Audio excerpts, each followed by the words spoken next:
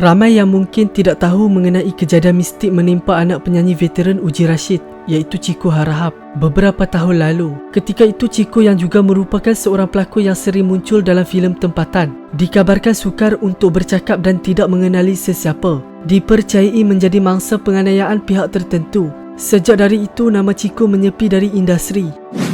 Guys, sebelum kita lanjutkan, kepada anda yang belum lagi subscribe, apa kata anda subscribe dan tekan butang loceng untuk notifikasi video selanjutnya. Sebelum ini timbul beberapa berita yang mengaitkan Chico menjadi mangsa ilmu sihir sehingga menyebabkannya tidak boleh membaca dan bertutur dengan baik sejak beberapa tahun lalu. Namun memetik harian Metro pada 26 Disember 2020, ibu kepada pelakon itu buat pertama kali berkongsi tentang apa yang berlaku kepada anaknya.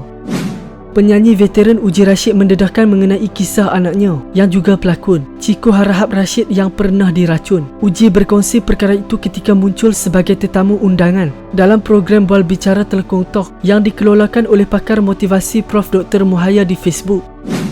Buat pertama kalinya saya dedahkan mengenai perkara ini secara terbuka. Ada pelbagai cerita mengenai keadaan anak saya. Dia bukan disihir, sebaliknya diracun oleh rakan-rakannya, dan doktor sahkan ada beberapa jenis racun yang dimasukkan ke dalam gelas minumannya, kata Uji.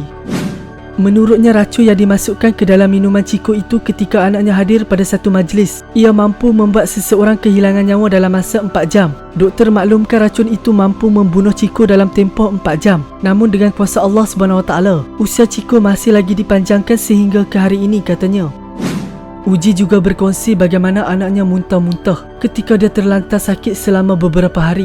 Saya hanya mampu berdoa dan berserah kepada Allah. Bila dia mula sedarkan diri, dia tidak kenal pun siapa saya, termasuk anaknya sendiri. Malah Chico hanya berdiam diri. Walau bagaimanapun saya bersyukur Chico kini sudah mula menunjukkan tanda pulih meski masih mengalami masalah pertuturan. Tak dapat menulis dan membaca dengan baik, katanya. Penyanyi berusia 69 tahun itu mengakui sepanjang menjaga anaknya itu, pelbagai dugaan ditempuhi. Namun itu tidak mematahkan semangatnya untuk meneruskan kehidupan. Meninjau ke Instagram milik Chico, dilihat pelakon itu kini kehidupannya tenang bersama satu-satunya anak perempuannya Rindu. Apapun semoga diberi kesembuhan dan dipermudahkan urusan.